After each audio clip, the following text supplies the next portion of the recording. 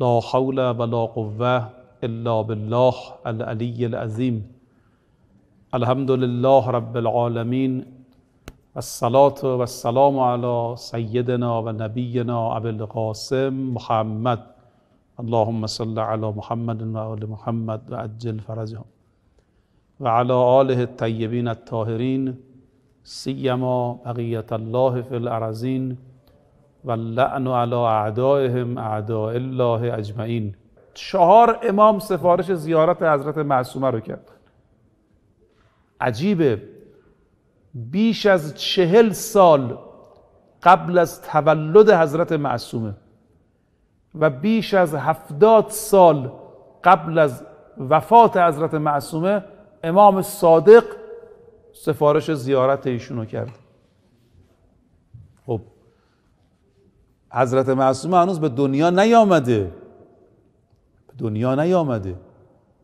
چطور امام صادق در میان این همه امامزادگان، بالاخره بعد از امام صادق صدها امامزاده ما داشتیم، گفتم قریب 40 اولاد موسی بن جعفر داشته، بعد ائمه دیگه فرزند داشتن، چه می شود که یه مرتبه دست میذارد روی فاطمه، اونم در قم؟ علت داره. این نکته کمی نیست. این مقام مدح، این مقام حضرت معصومه به واسطه مدح امام صادق، امام کاظم، امام رضا و امام جواد.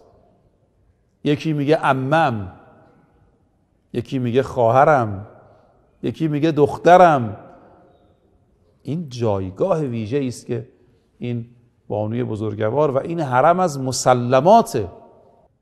و شما میدانید قبری که مراجع در مقابلش خضوع میکردند، امام، مقام معظم رهبری. من خودم امام رو بارها دیده بودم برای زیارت حضرت معصومه، سال 58 که قم بودن. 60 سال آیت الله العظمای مرعشی اولین زائر این قبر بود، اونم صبح زود اذان، قبل اذان. جالبه بدانید مجموعه احادیثی که از ایشون نقل شده تقریبا اکثرش راجع به ولایت حضرت معصومه نقل میکند که من مات علی حب آل محمد مات شهید. حضرت معصومه نقل میکند که شیعت علی هم الفائزون، شیعیان امیر المؤمنین رستگارند. حضرت معصومه ناقل حدیث من کنت مولاه فعلی مولاه. این تصادفی نیست، این همون ولایت پذیری است که گفتم، ناقل احادیث ولایت. ویژگی دیگر عبودیت ایشونه. تمام این 17 روز در قم مشغول بندگی خدا و عبادت بود. ویژگی دیگر ایشون علمیت ایشونه. نه خودش عالمه بود، خدا رحمت کنه مرحوم آیت الله العظمای فاضل میفرمود ماها هم که گیر میکنیم تو مسائل علمی میام سراغ حضرت معصومه، متوسل میشیم و علم بهمون افاضه میشه.